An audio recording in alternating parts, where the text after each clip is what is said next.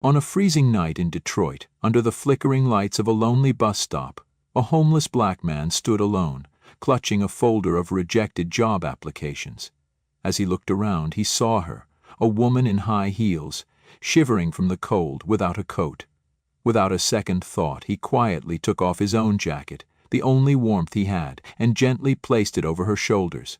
He had no idea that one simple act of kindness would change both of their lives forever. Before we dive in this story, let us know where you watching from. We love to hear your thought. Detroit in January was the kind of cold that crept into your bones and made itself at home. The streets were nearly silent, muffled by a thick layer of snow that blanketed the sidewalks and swallowed the sound of the city's usual hum.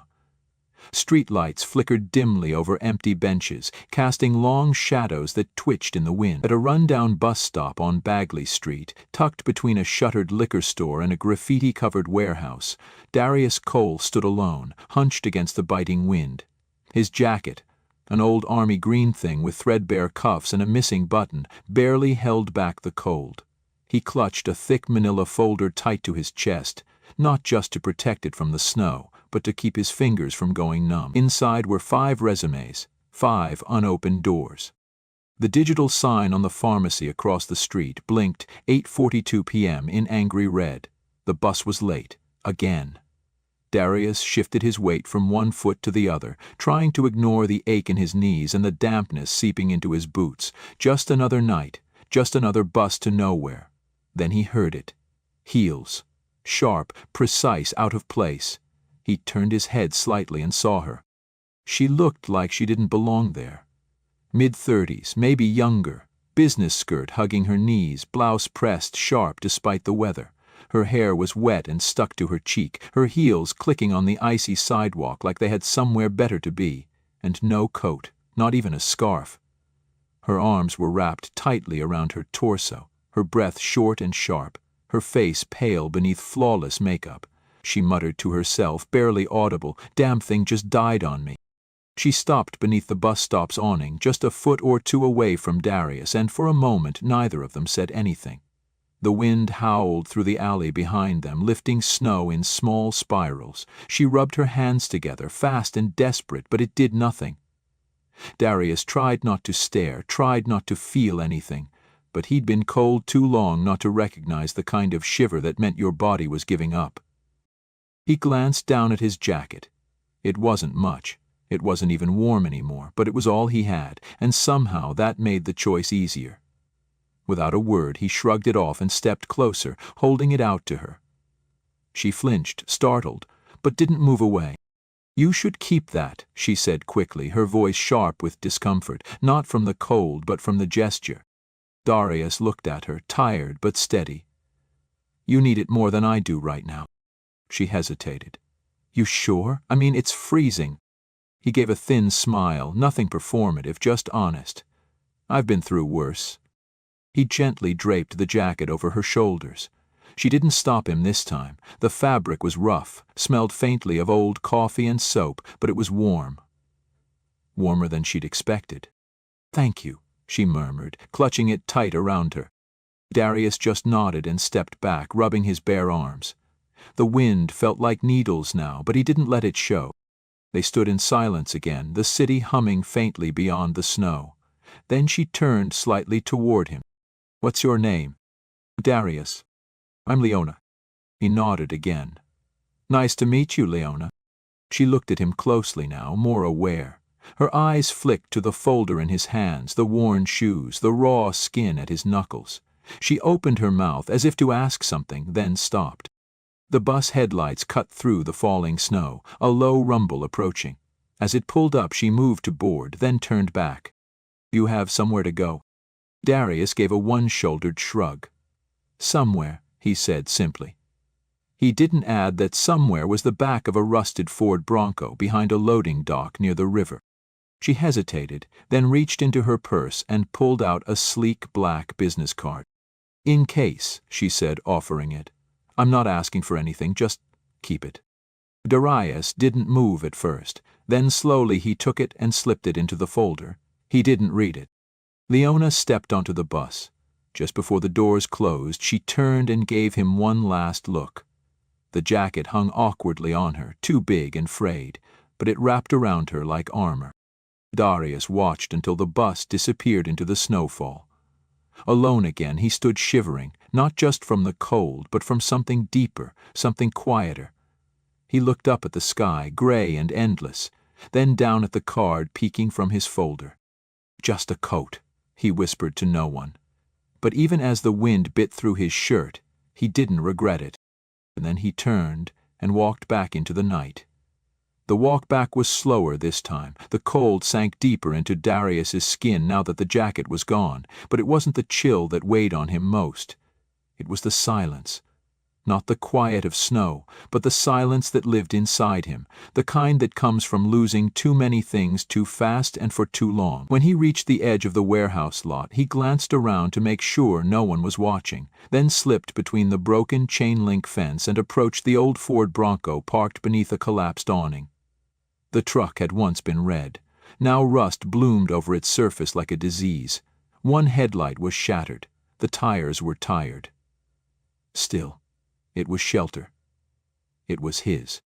He unlocked the driver's door and climbed in, the interior colder than the night air, his breath fogged instantly. He shut the door with a soft click, pulled his blanket from the back seat, a threadbare army surplus thing, and wrapped it tight around his shoulders. His fingers were numb. He rubbed them together, then leaned over and struck a match. The flame lit shakily, then caught on the stub of a candle wedged into the old cup holder. The dim light cast a soft orange hue across the cracked dashboard. Slowly, from the glove box, he pulled out a small tin. He opened it, and inside, carefully wrapped in paper, was a red toy truck. Plastic, cheap, one wheel missing. He placed it gently on the dash, beside a worn wallet photo of a smiling woman and a boy with a crooked front tooth. Simone and Marcus. Simone had loved sunflowers, cheap rom-coms, and dancing in the kitchen barefoot. She was diagnosed when Marcus was 7, stage 4 variant. Darius quit his job within a week. He had been a bridge engineer then, good salary, good benefits. None of it mattered. He sold the house a month later, moved into a small apartment, then smaller, then just a room. Simone passed 9 months after diagnosis. Marcus stayed brave through all of it. Never cried, not once. Darius did, late at night in the bathroom so his son wouldn't hear. After Simone died, he and Marcus tried to keep things normal. But normal isn't something you hold on to. It slips. Rent fell behind, the power went out, and then, one bitter January morning, child services showed up at the door. "We're concerned about the living conditions," the woman had said gently. "Marcus needs stability." Darius didn't argue. He just nodded, packed a small backpack for his son, and signed the forms with a trembling hand. Before the boy left, he grabbed the red truck off the nightstand and handed it back. "You keep this, Dad," Marcus had whispered. "You're better at fixing things than me anyway." That night, Darius sat alone on the floor, the truck in one hand, the silence in the other. Now, years later, in the frozen shell of an old Bronco, Darius held that same toy in his palm and stared at the flickering candlelight. His stomach growled, but he ignored it. He pulled out a towel he kept in the back seat, poured a few drops of melted snow from a jar, and wiped his face slowly. It wasn't the cold that bothered him. It was the weight of still being here, still stuck. He looked at the folder beside him, the edges bent, names and dates typed neatly inside, resumes, cover letters, hope on paper. But they felt distant tonight, farther than ever. And yet, even stripped of his jacket, his pride, his footing, he had done something good.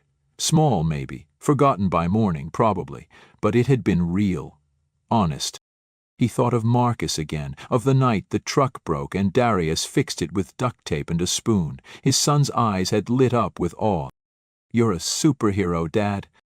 Darius closed his eyes, and for just a second he let himself remember what that felt like, to be believed in. Maybe he couldn't fix everything, maybe not even most things, but for one woman on one freezing night he'd done something, and for now, that was enough to keep the candle burning. Leona stepped into her penthouse just after 9 p.m., the automatic lights humming to life as the door whispered shut behind her. The space was sleek, minimal, immaculate. High ceilings, steel and glass fixtures, designer furniture in shades of gray and bone. It was the kind of apartment that made the front page of architectural magazines, where nothing was out of place and yet nothing felt lived in. No framed photos, no books out of order, no signs of a past, only the present, polished to perfection. She kicked off her heels, her feet aching from the cold, and draped the jacket, the one he had given her, over the back of a leather chair. It looked wildly out of place in this space, faded green, frayed at the seams, stained at the cuffs, but somehow it belonged more than anything else in the room. She didn't even realize she was shivering until she reached into her bag for her phone. As she did, a small, folded piece of paper slipped from the inside lining of the jacket and fluttered to the floor. She bent down, picked it up, and stared at it for a second. It was creased at the edges, the kind of wear that comes from being opened and folded 100 times. The ink had bled in places, the paper soft with age. Carefully she unfolded it. A child's drawing, crayons, blunt and smudged, had drawn a bridge. Lopsided and crooked but proud. 2 stick figures stood beneath it, one tall, one short. The taller one had a tiny cape drawn in blue. The shorter had spiky orange hair. Between them a small heart, and beneath that, in shaky letters that leaned too far left, it read, "I love you, Dad. Marcus." The breath left her chest all at once. For a long moment she just stood there, unmoving. Then she turned slowly and walked to the floor-to-ceiling window. Snow was falling gently now, less harsh than before. The city softened under its weight. The glow of traffic blurred beneath the glass like a painting. Her fingers tightened around the paper.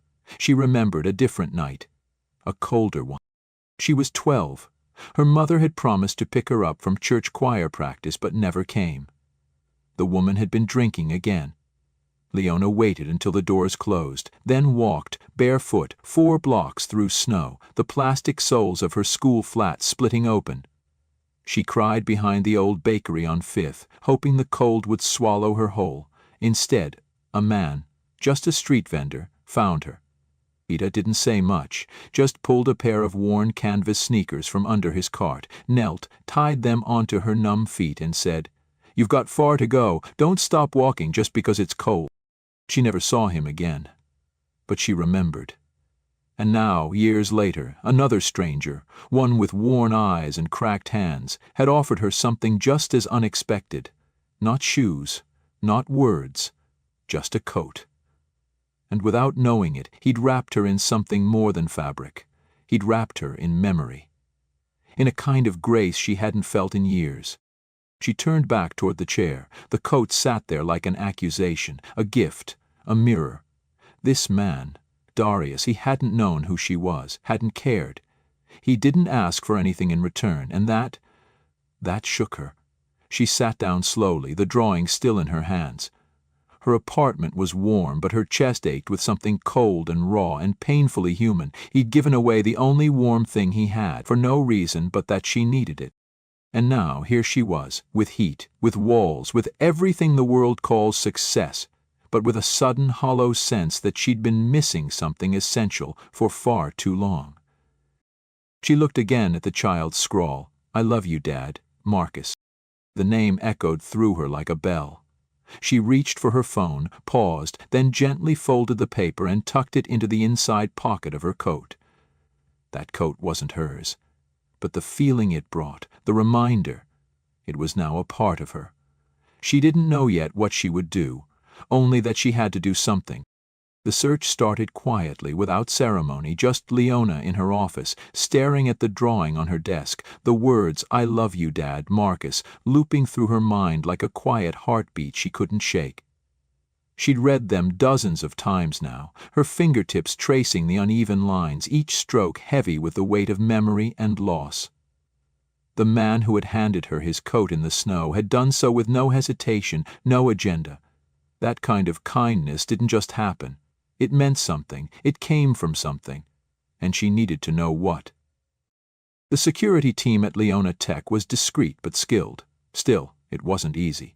The footage from the bus stop camera was grainy, snow-blurred. The man's face was barely visible. His clothes told them nothing, no name, no digital trace. The card she'd given him had not been used, no calls, no pings, nothing. He was in every practical sense invisible. So she started asking questions the old way. A construction site 3 blocks from the stop, a warehouse with lights still flickering in the back, a gas station where someone might have seen a man sleeping in a red Bronco. Days passed. Then, finally, she met Joe. Joe was in his 60s, a wiry man with nicotine-stained fingers and a coat too big for his frame. He worked nights at a supply lot in southwest Detroit. When she showed him the drawing and described the man, he scratched his chin and said, "Cole. Yeah, I've seen him. Doesn't talk much, sleeps behind that old brick warehouse over there, keeps to himself. Good guy, but stubborn as hell. Don't bring him stuff, he won't take it." 3 days later, her phone rang. "Lady," Joe said simply, "he's here now, if you still want to find him." She did. Leona arrived just before sunset. The cold was sharp, wind whistling low through the alley between buildings. Snow crunched under her boots as she made her way past the fence Joe had left ajar. The warehouse loomed ahead, rust curling off its edges, and there, near the loading dock, was the Bronco. Faded red, tilted on one side, forgotten by time. And beside it a man in a navy hoodie and work pants, moving trash bags into a dumpster. Darius. He didn't see her at first. She paused, unsure whether to call out. But then he looked up. Their eyes met. He froze. His hands dropped to his sides. His eyes flicked to the scarf in her hands, the same one she had brought in return. Something changed in his expression. The openness she remembered was gone. In its place was a wall, a quiet, practiced distance. He turned slightly, as if to step back, to vanish into the shadows. "I'm not here because I feel sorry for you," she said quickly, stepping forward. "I'm here because you gave me something that night. More than a coat." He didn't move. "You gave it without knowing who I was, without asking for anything back, and I haven't been able to stop thinking about it." He turned then, slowly, deliberately, and met her gaze. His voice, when it came, was rough from the cold, and something deeper. "I don't need anything from you." "I know," she said, softer now. "But I need something from you. Your story." He stared at her long and hard, like he was trying to figure out if this was a trick, a setup, some twisted act of charity in designer heels. Behind them, Joe gave a quick nod and walked away, disappearing into the building. It was just the two of them now. "I'm not asking you to trust me," Leona added. "Just to sit, talk, that's all." Darius looked past her for a moment, toward the empty street. The wind caught the edge of the scarf in her hand and pulled it gently to the side. He stared at it, then at her, and slowly his shoulders relaxed, not fully, not yet, but enough. He nodded once, not because he expected anything, not because he wanted to be saved, but because something in her voice, quiet, unsure, honest, told him she didn't come to fix him. She came to listen. The wind cut sharp across the construction site, carrying the scent of concrete dust and diesel. Darius moved with steady rhythm, lifting sacks of cement off the flatbed and stacking them inside the gutted shell of what used to be an elementary school.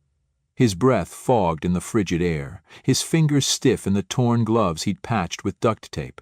Every few minutes he paused to blow into his hands, flex them, then get back to work. He didn't mind the labor. There was a comfort in the weight, something solid to carry that wasn't memory. The site buzzed with noise, machines growling, hammers clanging, foremen barking orders. No one paid him much attention. He liked it that way. Being invisible had its peace.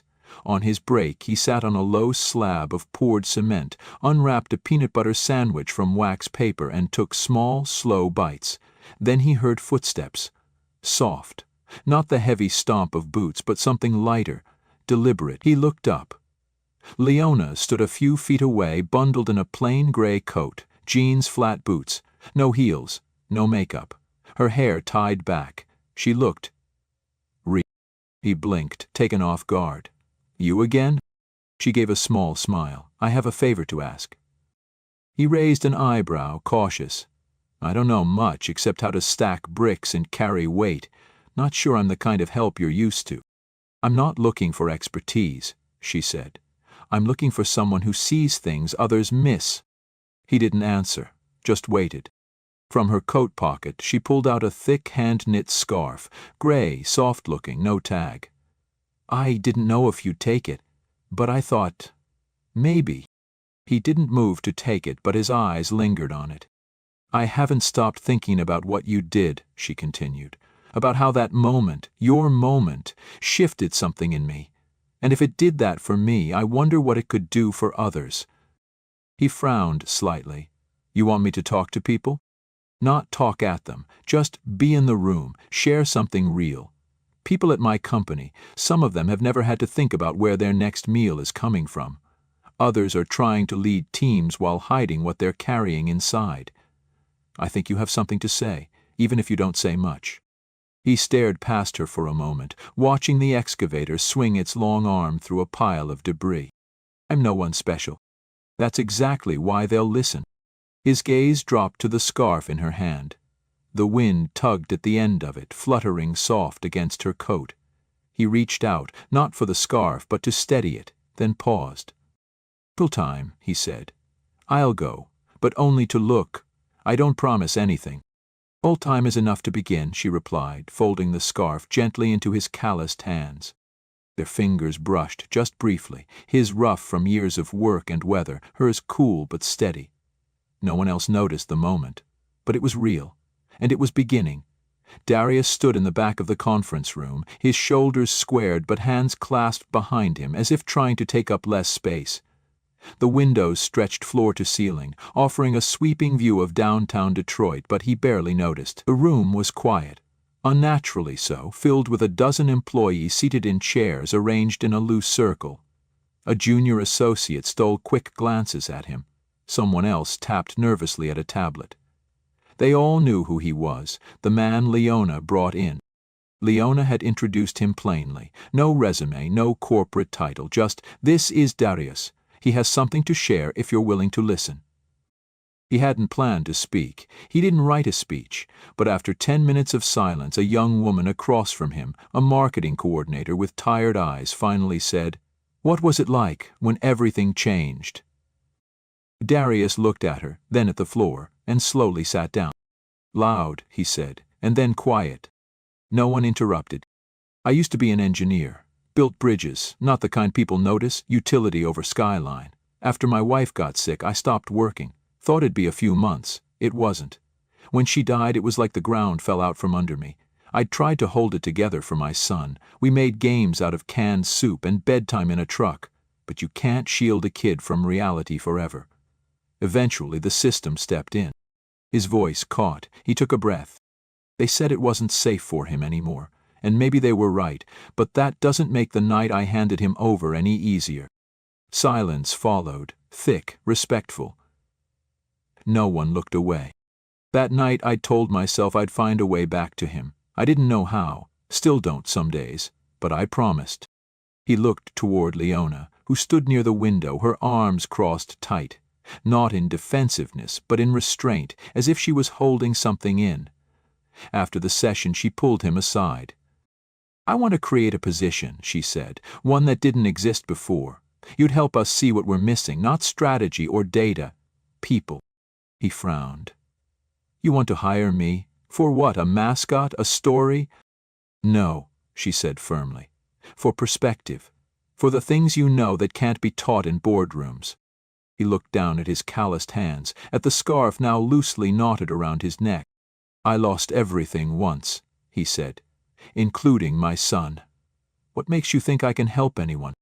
She didn't answer immediately. Instead, she reached into her coat pocket and pulled out a photo. Not a professional headshot, not a family portrait, just a shot of a young girl, no older than 10, with dirt on her knees and a pair of oversized canvas shoes on her feet. "My first shoes," Leona said. "A stranger gave them to me when I had nothing. He didn't save my life, but he changed its direction. You remind me of him." He stared at the photo, then at her. That night, she took him to Anchor House, a community center funded quietly through her foundation. Children spilled across the carpeted floor, shouting, laughing, crying. Darius stood in the hallway, silent, until a boy about Marcus's age ran by, clutching a plastic fire truck, and called over his shoulder, "You coming, mister?" The boy's smile, wide, unguarded, hit something inside him. He followed. He didn't say yes to the job that night, but he didn't say no either. It took Darius nearly a month to say yes. Even then, he didn't accept the job because of the title, Human and Community Values Consultant, or the office on the third floor with a decent desk and a coffee machine. He said yes because for the first time in years, someone saw value in the very things that had once made him feel invisible. But beneath the quiet steps he took through those glass doors, beneath the second-hand shirt and polished boots, there was one thought that pulsed louder than the rest: Marcus. The paycheck wasn't big. Not compared to most in that building, but it was steady, and steady meant possible. Steady meant paperwork, lawyers, custody evaluations, letters to child services that didn't begin with unemployed. The very first morning he received his company email login. He didn't open the welcome message. He opened the state portal, filled out a request to reopen his case, and typed 6 words into the notes box: "I have a home now, please respond." He didn't tell anyone at work, not yet. Instead, he started slow. He came in early, left late, watched more than he spoke. People didn't know what to do with him at first. He was kind but quiet, present but not pushy. He carried no laptop, didn't use corporate jargon. He kept a notepad in his coat pocket and wrote with a pencil. His questions weren't about product launches or quarterly goals. They were human. How are you sleeping? Do you have someone to call when things go wrong? When was the last time you felt proud of yourself? The first to talk to him openly was the janitor, Luis, then a receptionist named Nia, then Zadie from engineering, who confessed in a whisper that sometimes she sat in her car for 20 minutes just to convince herself to walk in. He didn't give advice. He told her about a day he once spent sitting outside a job fair, resumes in hand, never walking inside. By month 3, they stopped calling him that guy from the coat. He was just Darius, or Mr. Cole, or sometimes, quietly, affectionately, Uncle D. Still, not everyone understood. In a boardroom one afternoon, a senior manager asked Leona, "What exactly is his role again?" She looked across the table without blinking. "To remind us what it means to matter." That night, Darius sat at the kitchen table of his small, warm apartment, the first place he could call his own in years. There were no decorations except for a toy truck on the bookshelf and a photo of Marcus thumbtacked above the sink. He stared at it now, every line of his son's smile memorized. His phone buzzed. A reply. From a social worker named Ms. Hart. "Received your request. Marcus is currently placed with a foster family in Oak Park. Let's schedule a call." Darius put the phone down slowly. His hands were shaking, not from fear, from something that felt dangerously like hope. He reached for the toy truck, the same one Marcus had handed him that night they said goodbye. "You keep it, Dad," the boy had whispered. "You're better at fixing things." Maybe he was, maybe not. But tomorrow he'd call. Tomorrow he'd begin again.